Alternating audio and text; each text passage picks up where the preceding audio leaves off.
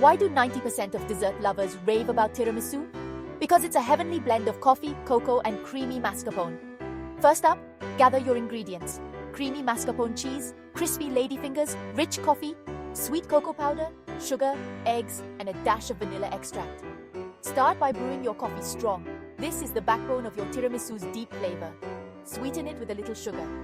Next, take those egg yolks and whip them with sugar until they're nice and creamy. Now stir in the mascarpone and vanilla extract until everything's perfectly smooth.